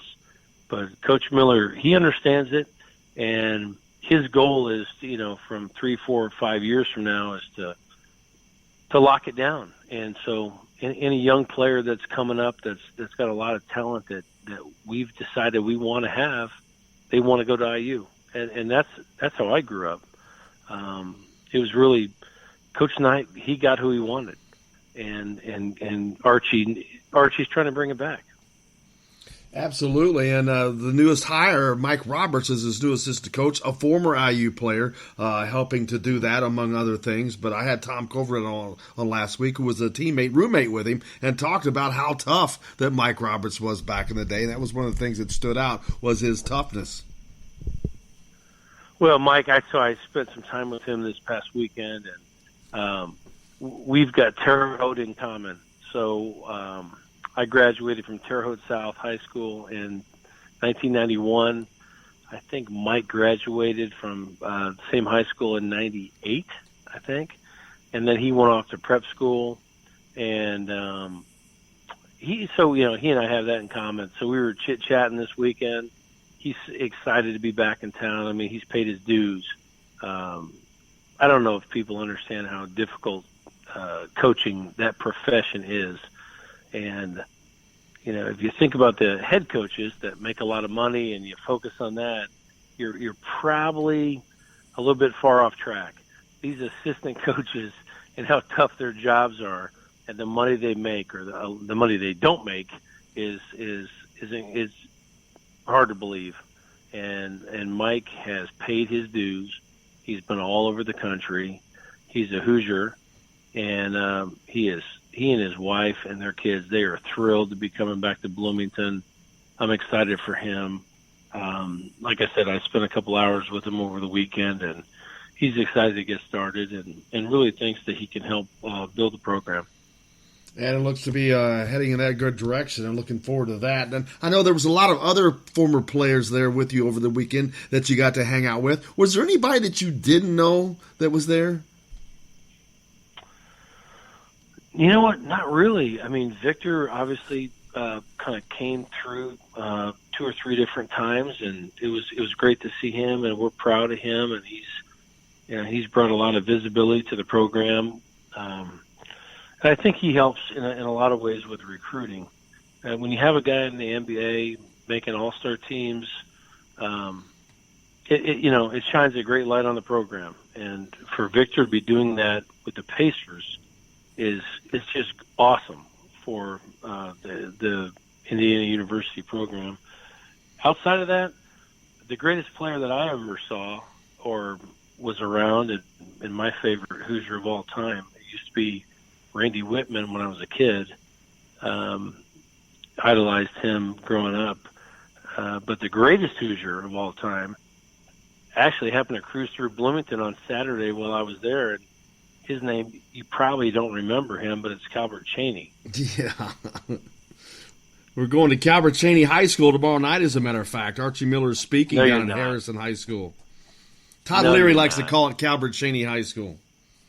Calbert Cheney High School. Well, he is the best of all time. He's my favorite, and he's a better dude than he was a player, which is the greatest compliment I could give the guy. But he's as humble as they come.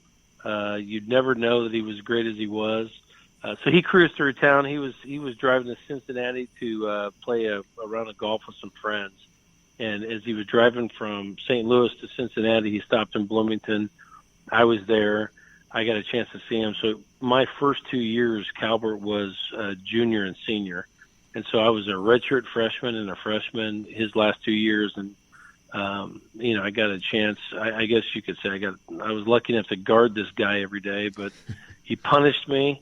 And I took it on the chin, and I tried to, improve every day. But, man, it was not easy because he was at his last 2 years of college, he was unstoppable in games. And so as I practiced against him and he abused me, I started feeling really bad about myself.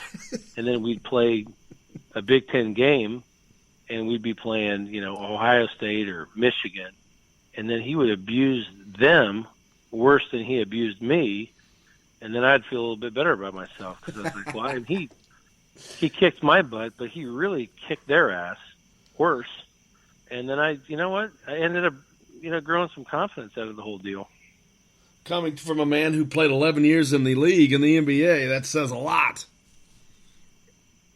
He was so good. I mean, he was so good.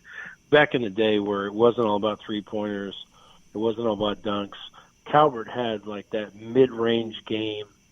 You remember this, that little floater game where he was like silky smooth. He could run like a deer. You couldn't keep up with him. I mean, I'd chase this guy. You got to understand, in our practices back in the, motion offense, I got screened, thousands and thousands of times, trying to keep up with this guy who was more athletic than me, quicker than me, jumped higher than me. I mean, there was nothing I had that could compare to this dude. But what it really did was it taught me, being on the receiving end of all these screens, I really learned how to play in Coach Knight's offense. And he can hit that baseline jumper like no one I ever saw. What is it like being able to catch up with those guys that you don't get to see very often at all, but are from such an important time of your life?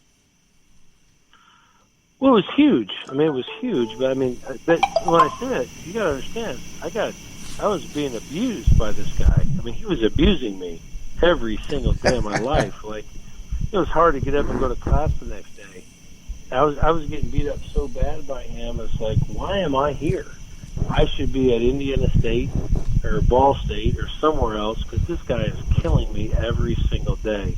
But over time, I realized I was kind of closing the gap a little bit. I was getting better. Coach was coaching me really hard, and as great as Calvert was, I was kind of inching my way closer and closer, and realized, you know what, I can play here. I just have to be a sponge and take it all in, and really guarding Calvert every day for 2 years taught me how to play offense in Coach Knight's system. And it proved to be invaluable for me and really, was the key to me getting a lot better over my 5 years. Well, you did nothing but get better, like I said, playing 11 years in the NBA. What a tremendous one of the former greats of Indiana. Inducted last year, the 2018, into the Hall of Fame for Indiana. Cannot thank you enough, Brian. We always love spending time with you and just having a conversation with you. Look forward to doing it again as we get closer to basketball season. Hey, buddy, anytime. I got nothing better to do. I'm just hanging out in the living room right now. With your son walking around in his underwear. We got him in bed now. He's off to bed. But he was cruising around in his Superman underwear. I mean, it's the way it is. I'm not going to lie to you. That's what's going on here. That's life, baby. That's life. Hey, thanks for having me, and you can call me anytime. Appreciate you so much. Brian Evans, one of the all-time greats of Indiana. We'll be back with more Indiana Sports Beat from the Golf Club at Eagle Point Studios right after this. I told you could always count on me, darling. From that day on, I made a vow. I'll be there when you want me, some way, somehow. Oh, baby, there ain't no mountain high enough. Ain't no valley low enough.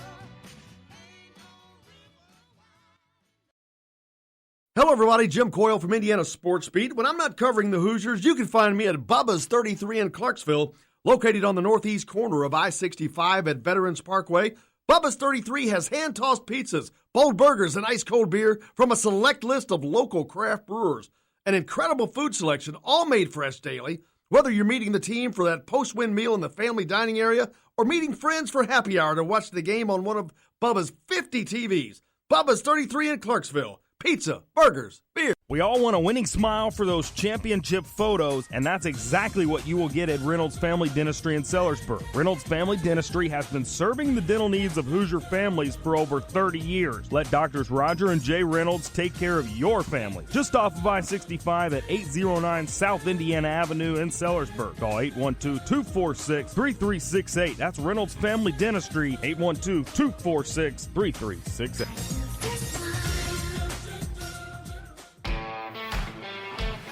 Now that warm weather has arrived, it's time to hit the links, and there's no better place than the golf club at Eagle Point in Bloomington. Voted best golf course by the readers of the Bloomington Herald-Times, the golf club at Eagle Point is under new ownership, has new fairways and bunkers, and it's open to the public. When the round's over, there's cold beer and a full menu at the Eagle Point Pub and Bistro. Call 812-824-1100 to make a tee time. That's 812-824-1100. The golf club at Eagle Point in Bloomington. This is AJ Moye. This is Dan Dockett. Hey, this is Michael Lord, former Indiana basketball player. This is Indiana football coach Tom Allen. This is Jim Coyle with the Indiana Sports Beat. You can always like and follow us on Facebook. Always follow the show rebroadcast on iTunes, Google Play, iHeartRadio, Spotify. TheDailyHoosier.com is a great place to sign up for each and every day. Or, of course, on 97.7 The Ref in Evansville. For the best recycling and waste removal service, turn to the area's leader, Sweetland Waste Removal and Recycling, a homegrown company serving southern Indiana since 1995. Sweetland Waste Removal and Recycling serves Floyd, Clark, Harrison, and Washington counties. For excellent service and peace of mind, call Sweetland Waste Removal and Recycling today at 812-944-5642. That's 812-944-5642. Keep life sweet with Sweetland Waste Removal and Recycling. I'm Rain Shaddy, and I'm a Hoosier. As a toddler, you could always find me running around in a cream and crimson onesie and a red IU hat reminiscent of those worn during the world-famous William Tell timeout, shouting, "Go Hoosiers!" Like many other alum, I chose to make Bloomington my home. As a civic and alumni leader, I have become very knowledgeable about our community and would love to share my insights with you as your realtor. Find me on Facebook or call or text me, Ryan Shaddy, with FC Tucker Bloomington Realtors at 765-623-9093. This is James Blackman Jr., former Indiana Hoosier. Make sure you're keeping up with the Hoosiers on Indiana Sports Beat. Today's guest is brought to you by Bubba's 33 in Clarksville, with hand-tossed pizzas, bold burgers, and ice-cold beer. Pizza, burgers, beer. Bubba's 33 in Clarksville.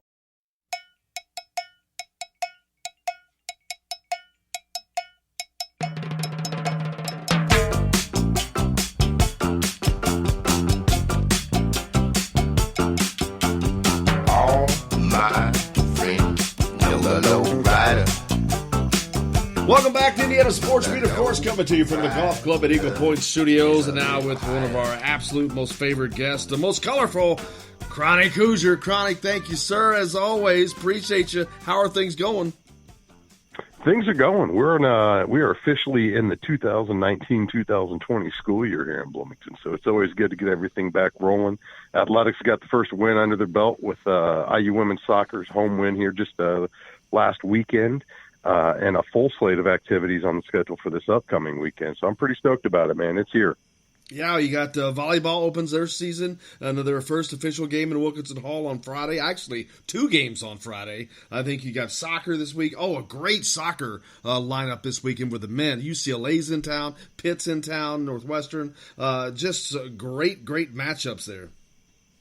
Outstanding. And I'll tell you what I'm most excited for, soccer related. They're going to premiere the Worth the Wait, the Jerry Yeagley documentary gets premiered at Assembly Hall, a special event this Saturday night before its broader release upcoming. So I'm really excited to go check that out here this weekend. They've been working on it for like 2 years.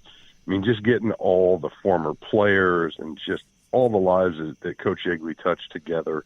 And getting them on tape. This is the culmination of all that work. So I'm excited to see what's to come with that as well, but absolutely excited to go see what the men's soccer team. I need to catch the women's live. And like we talked about last week, I'm biting at the bit to get into Wilkinson Hall and see the volleyball team this year. Absolutely. A lot going on, man. Just tons of stuff. But, of course, nothing bigger than the information that came yesterday, the official announcement that Michael Penix will be the starting quarterback for the IU football team this year. A lot of us thought that that's where we were going, but you never know until you heard. But, man, you got to be just stoked about this offense with a guy like Michael Penix and Kalen DeBoer running it. It could be a really, really fun year for Indiana football. I like the move. I really like the move. Obviously, Penix had a real promising freshman campaign before it was cut short due to the ACL injury, which is its own just story in and of itself. The fact that 10 months later, here he is now in the starting position over a guy that's been proven to be one of the more reliable, one of the more consistent quarterbacks in Indiana history, honestly, in Peyton Ramsey. So I think it speaks volumes about his capabilities, just the dynamicism of his game. He can absolutely torch you with the ball in his hands. He's got a heck of an arm. He's just a really, really exciting young quarterback to watch. And, we'll see how everything shakes out this season, but hopefully this is going to be the move that they can saddle and just ride with for the duration of it. Because, the one thing IU struggled with for years is that clear-cut number one. There's always somebody, we've had 1A and 1B quarterbacks for so long now. One, it kind of gives you the sense that the staff's not super excited with who they've got starting, or that there's just not that much separation. But I think with the new coordinator in now this year, I think it's absolutely the right time to not just make the move, but to bring a little bit more excitement into that offense and to bring some running capabilities and some RPOs that really keep defenses honest and give some of those receivers and the other skill players some room to move on the field so defenses can't cheat on them. I'm excited for it. I'm excited, more than anything, to actually start talking about games next week as opposed to all the speculation. So putting that to bed was certainly the number one question that's been asked of me all summer is, who's going to be the starter, who's going to be the starter. I'd heard some grumblings that perhaps the team was made aware last week, but wasn't super confident. Don't get me wrong, I trust the people who were telling me this, but until you hear it announced from the coaching staff, you never know for certain. So glad that's out of the way and excited to see what the 2019 campaign looks like for the Hoosiers. Except it's going to be up in Indianapolis this week, so we don't get to do the tailgate down in the fields. But I do really like the placement for this game, the venue, particularly for the matchup with the in-state team in Ball State. It's one of those where I think it's a great opportunity to showcase a new team, hopefully give the Hoosiers a big win, but it's just a great gym. It's obviously our largest alumni market in the country, just up the road in Indianapolis. So give some of those folks a chance to see them in their own backyard and hopefully give them cause to come back down to Bloomington and follow them throughout the season.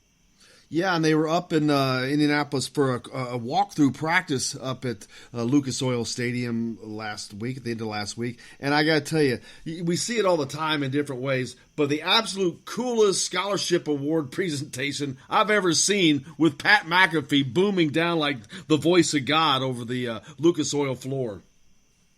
Yeah, Nate Snyder got himself a scholarship, the kicker.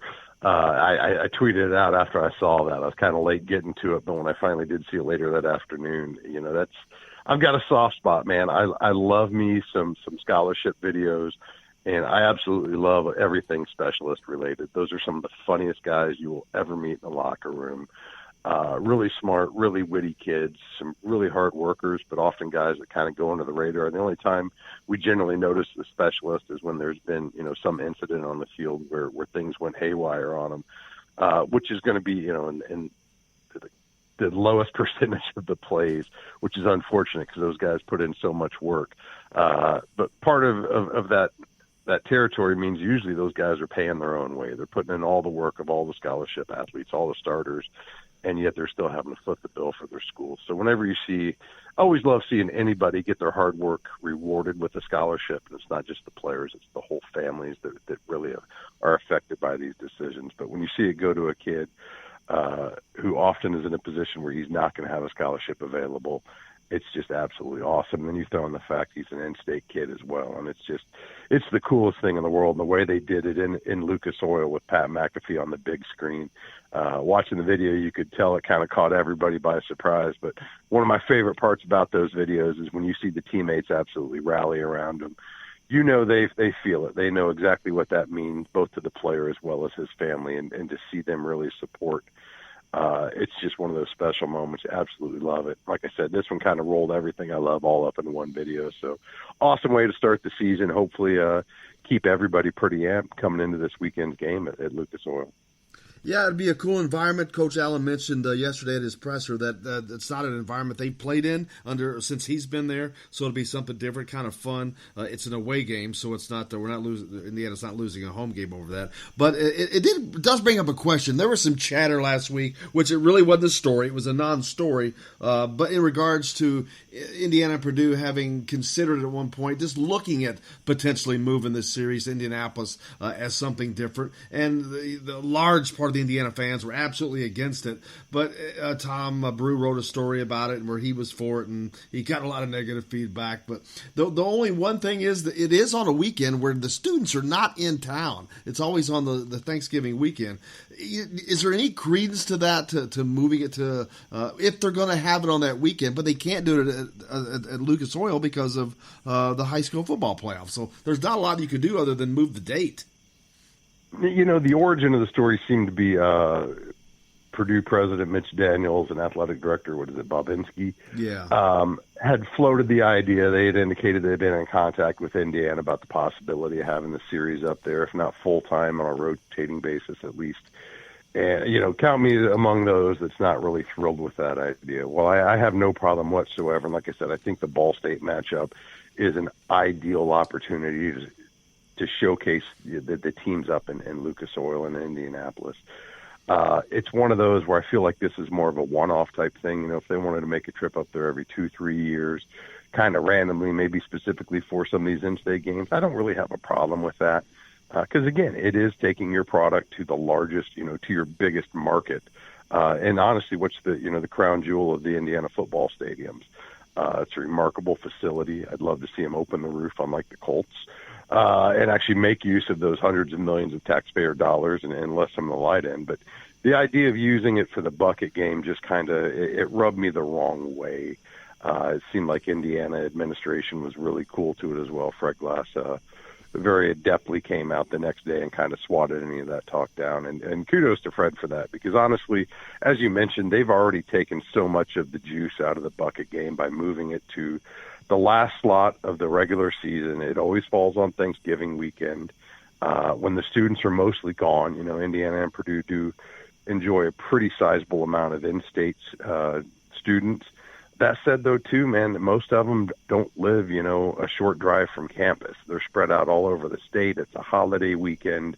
It's the busiest shopping weekend of the year. It's just a terrible time to get people together. And on top of that, weather-wise, it's generally going to be the worst day of the year on the regular season calendar.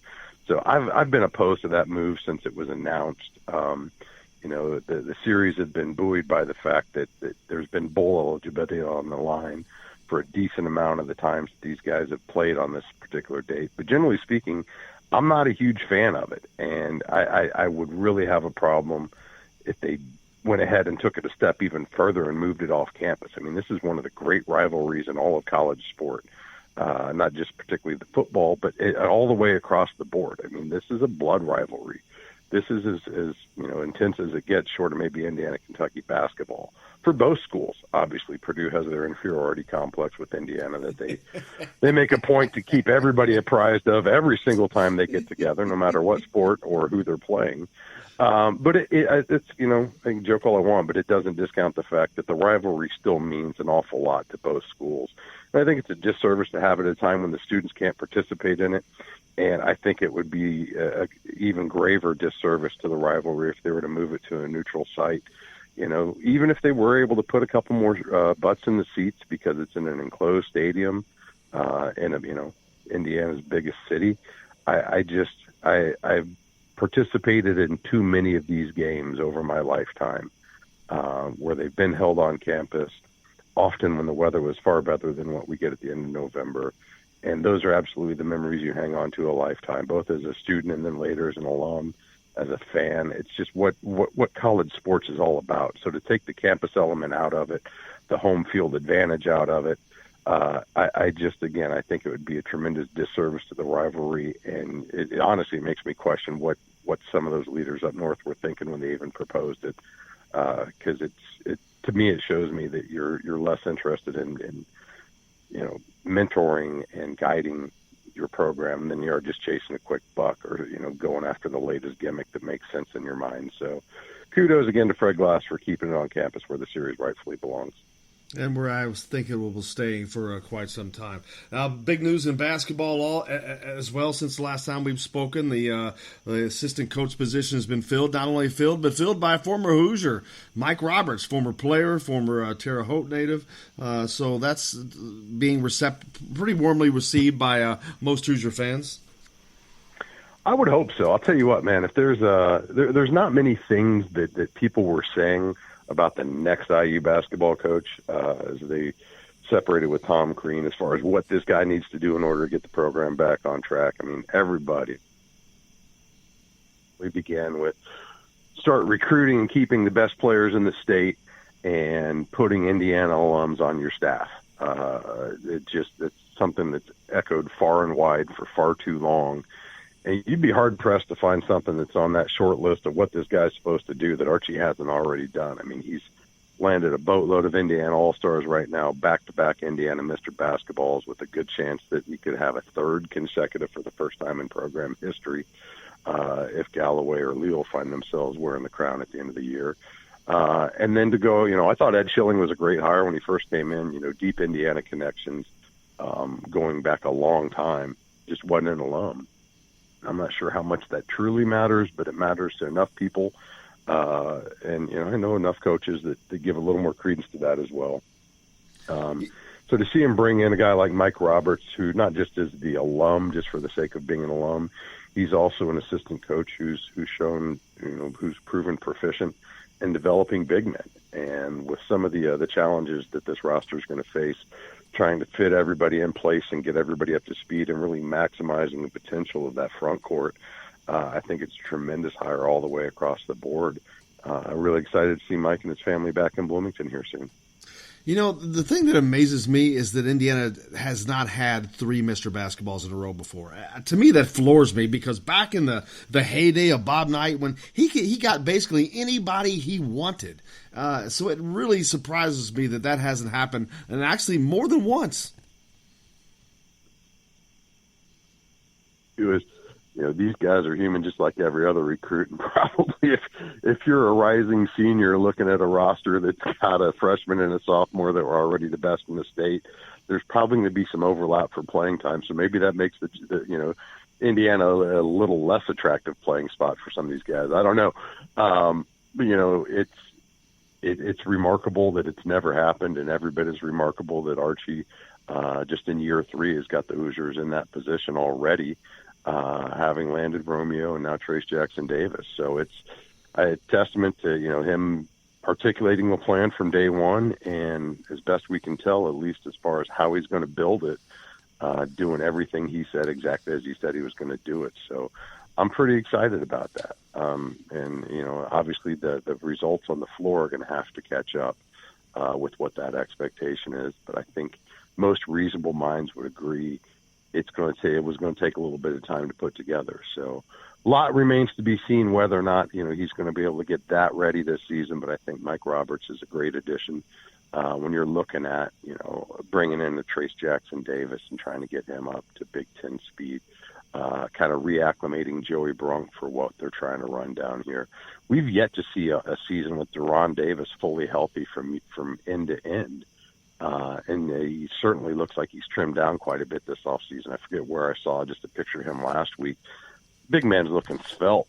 So, to really maximize the potential of those 3 guys, I think, is to maximize this team's potential as a whole. I mean, I'm pretty comfortable with what you're going to expect to see from Finney.